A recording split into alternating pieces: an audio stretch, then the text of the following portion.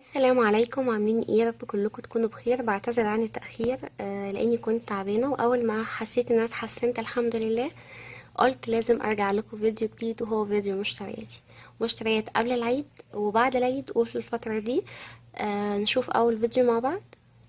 اول حاجة اللي هو مثبت الميك اب من اليف، لسه ما استخدمتهوش، جديد زي ما انتم شايفينه. وهجربه واقول لكم على رأيي فيه. انا جبته لاني قالوا ان هو يعني الاجانب، بعض اليوتيوبرز الاجانب اللي انا بتابعهم، ان هو بديل لماك، ونزلت بوست بكده على الانستجرام، فهنشوف هو بديل ليه فعلا ولا لا. تاني حاجة من اليف المقشر ده، وزي ما انتم شايفين انا استخدمته حوالي مرتين. هو فعلا ممتاز وبيخلي الشفايف وردي وبيكشر، بس ليه عيب وده هقوله في ريفيو خاص لوحده.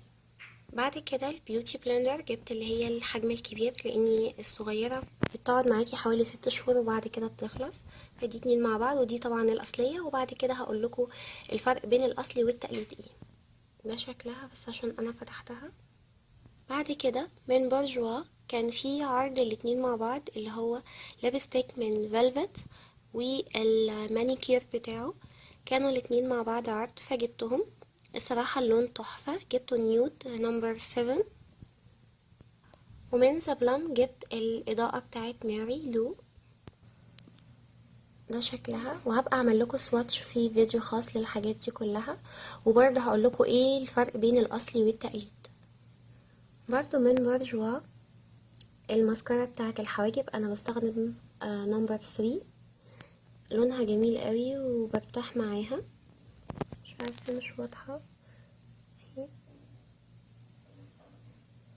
بعد كده اخر حاجه اللي هي بريس تويست 2 and 1 brush، اللي هي 2 في 1. هي اسمها تويست فوليوم اب ذا فوليوم من بورجوا. دي برضه كانت ساعة العيد وجميلة جدا اهي.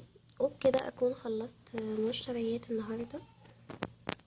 يا رب تكون عجبتكم. اشوفكم ان شاء الله في فيديوهات تانية من فيديوهاتي سوري من مشترياتي. ولو عجبكم الفيديو ما تنسوش لايك وسبسكرايب للقناة ولايك، وتعليقاتكم الجميلة على اي استفسار هرد عليكم اكيد. مع السلامة.